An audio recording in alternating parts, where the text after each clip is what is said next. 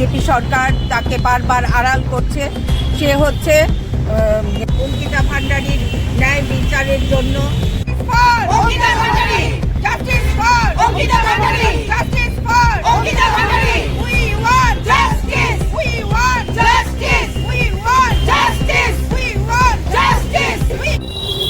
আপনারা জানেন বিগত 2022 সালে উত্তরাখণ্ডে অঙ্কিতা ভান্ডারী 19 বছরের কন্যাকে যে উত্তরাখণ্ডে সে পরিবারকে আর্থিক দিকে সাহায্য করতে সে রিসোর্টে রিসেপশনিস্টের কাজ যে নিয়োগ ছিল এবং সেই রিসোর্ট ছিল উত্তরাখণ্ডেরই এক বিজেপি নেতার ছেলের।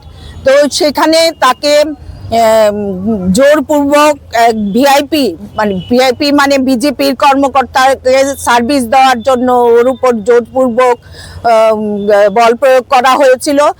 যখন সে এটা করতে নারাজ হয়েছে তাকে জঘন্যভাবে অত্যাচার এবং হত্যা করা হয়েছে।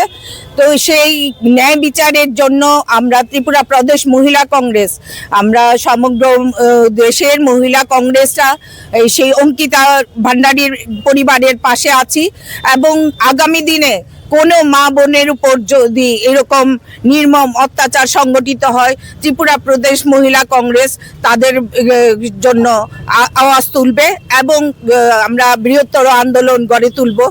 আজকে আমরা দেখেছি যে সামাজিক মাধ্যমে সেই ভিআইপি যাকে বারবার বিজেপি সরকার আড়াল করার চেষ্টা করছে তদন্ত থেকে, সেই ভিআইপির নাম উঠে এসছে এবং সে রাষ্ট্রীয় নেতা একজন বিজেপির।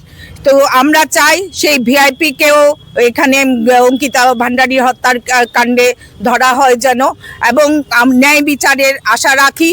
যদিও বা আমরা বিজেপির থেকে সেই ন্যায় বিচারের আশা করি না, কিন্তু আমরা মহিলা কংগ্রেস তাকে ন্যায় পাইয়ে দিতে তার পরিবারের পাশে সবসময় থাকব।